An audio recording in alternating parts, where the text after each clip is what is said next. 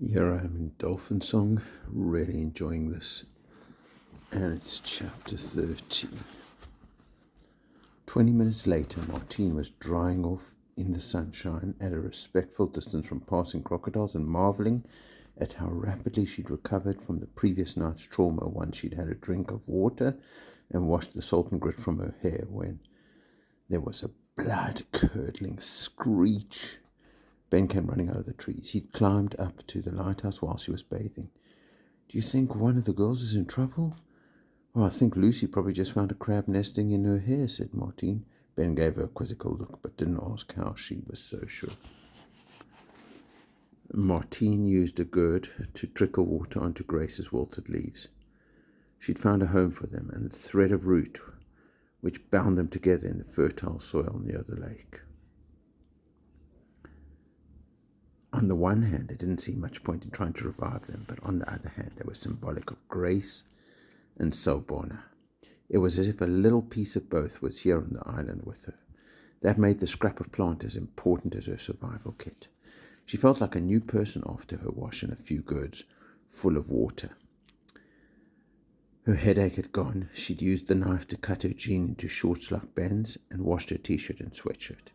They were still a little soggy, but the sun was so warm she didn't mind. As they wandered back to the others, Ben told her about the lighthouse, which was derelict, although solar panels and a timer kept its beam working at night.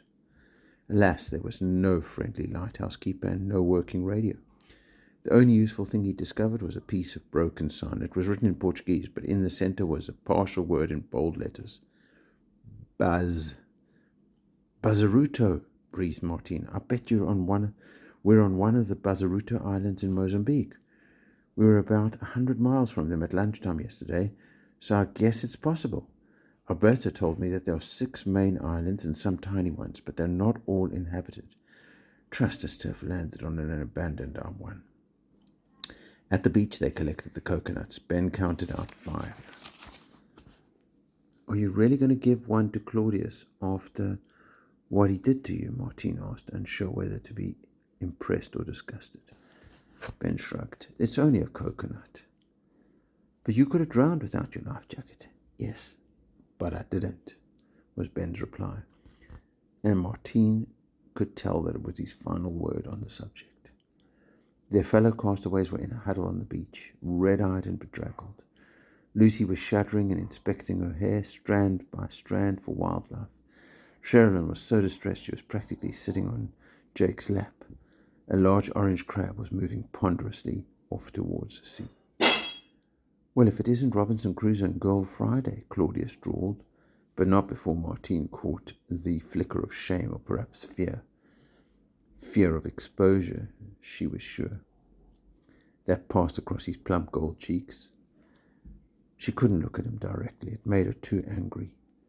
Ben might have been able to forgive and forget, but the sight of a rain-lashed Claudius trying to rip Ben's life jacket from his body was not something she was going to forget in a hurry. "Where have you been?" Nathan asked. "We were starting to worry." "Were we?" Jake muttered. Martine ignored him.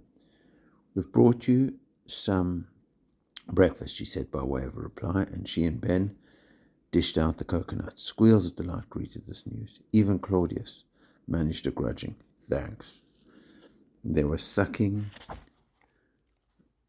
noises as they swallowed down the milk, followed by a horrible hawking from Claudius as he spat it out. "Ach," he said, wiping his mouth. "That's revolting. Where's a soda fountain when you need one?" He hurled away the coconut and it struck a rock and split open. The remaining milk leaked onto the sand. Grit covered the white meat. Martine shot a look at Ben, but his face was impassive.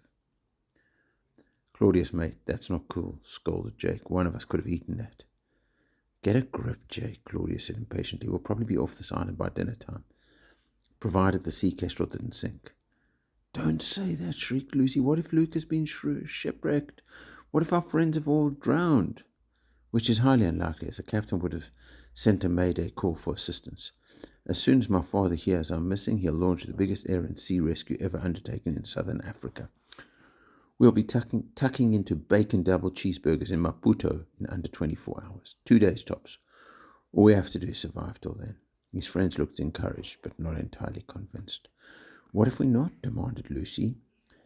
Have you thought about that? My brother will be going nuts wondering what's happened to me. You should have seen the look on his face when I slid off the edge of the sea kestrel. If I live to be 100, I'm never going to forget how the sea looked like boiling black oil from above.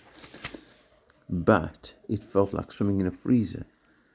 And how hard it was when I hit it. I thought my back was broken or my head had split open or something. There were murmurs from the group as they relived their own nightmarish falls. If it weren't for the dolphins, we wouldn't be here right now, Lucy went on, and that's great, except that now we're stranded on some desert island in the middle of nowhere. If nobody finds us, we'll probably starve to death. It's hard to get lost these days, Claudius assured her. The Coast Guard has very sophisticated search and rescue equipment. I'm thirsty, Sherilyn whined. So am I, Nathan sympathized. We found fresh water, Martine told them.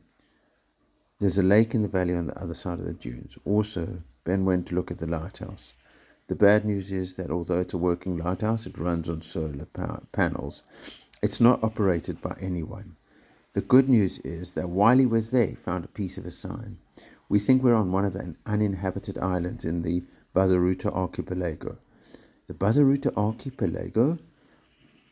Lucy repeated. That's a huge tourist destination. Some friends of ours stayed at a luxury lodge on Benguera Island. That means we're really, really close to civilization. The tourists who visit the islands go deep-sea fishing and cruising and snorkeling all the time. That's fantastic news. That means we'll definitely be rescued. What did I tell you, said Claudius with a confident grin. And since that's the case, I think Crusoe and his friend can find somewhere else to hang out until the rescue boats come. We don't get along with them at school. I don't see why we should have to put up with them on an island as big as this one. But they brought us food, objected Sherilyn. We did say thank you, Lucy pointed out. Martine was spitting mad, but she tried to follow Tendai's survival advice about not acting impulsively or making rash decisions. Don't you think we should stick together, she asked, looking to the others for support. We're in a survival situation, and we really should be helping each other. I'm not being funny, Lucy said, but have the two of you seen a mirror recently? You don't look as if you could cross the street safely by yourselves, let alone help anyone else. Ben doesn't even speak. I agree with Claudius. So do I, put in Jake. Nathan and Sherilyn pretended that their mouths were suddenly full of coconut. That's settled, announced Claudius. We'll call you when the search party gets here. Until then, stay away from us. Wow.